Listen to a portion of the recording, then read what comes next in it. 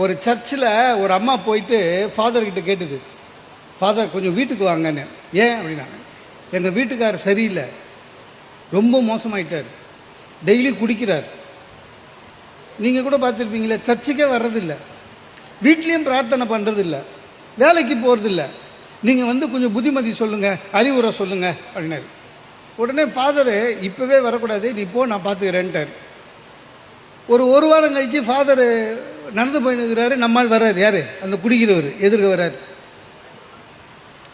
Father அப்படி பார்த்தார், அவர் வந்து ஃபாதர் வணக்கம் பண்ணார்.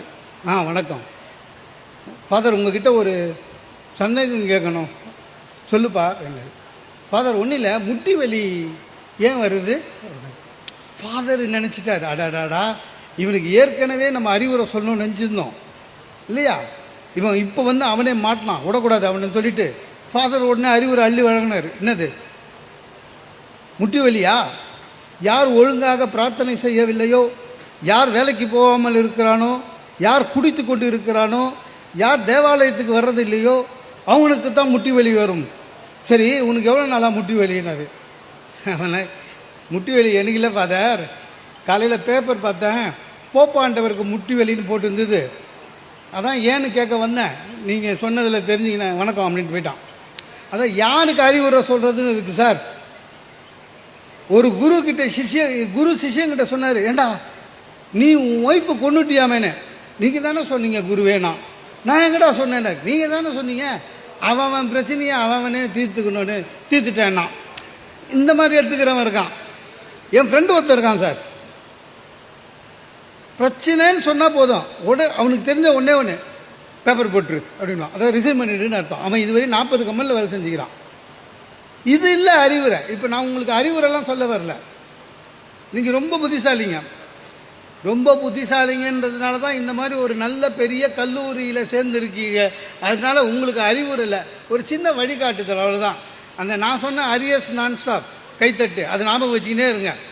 நீங்களே நினைப்பீங்க வரவன் எல்லாம் பேசின்னு இருங்கடான்னு. கவலைப்படாதீங்க, நான் ஒரு 11 மணிக்கு முடிச்சுடுவேன். அவ்வளோ நேரம் பேசுவியா? நான் பேசணும், அதுக்கு தான் சென்னையிலேருந்து வந்திருக்கேன். ஏன்னா உலகத்திலேயே ரொம்ப ஈஸி பேசுறது, ரொம்ப கஷ்டம் கேட்குறது இல்லை. லிசனிங் இஸ் ஆர்ட்னா எது, கேட்பது என்பது தான் ஒரு பெரிய கலை. நம்மளை நிறைய பேர் கேட்குறதே இல்லை, அதுதான் பிரச்சனை. நிறைய பேர் பார்த்துருக்கீங்களா, நம்ம பேச ஆரம்பிக்கும் போது அவனும் பேசுவான். அதாவது சார் இதை கேளுங்களேன் அப்படின்வான். டேய் நான் என்ன சொல்ல வரேன், அவன் சொல்கிறதையும் கேட்கணும், கூடவே பேசின்னு இருப்பானுங்க. கேட்பது என்பது ஒரு கலை.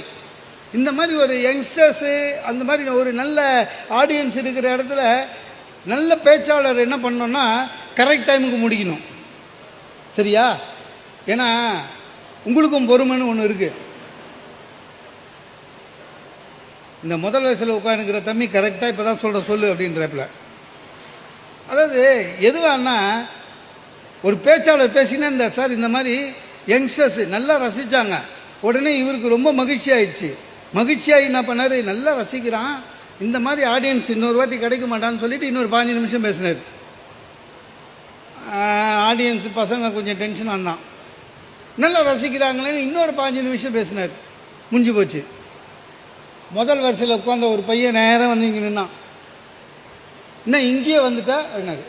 பேசுடா பேசு, உன்னால் எவ்வளோ முடியுமா பேசு, இல்லை நீ பேசி முடிச்சுட்டு உட்காரு, நான் ஒரு அரை ஹவர் பேசுகிறேன்.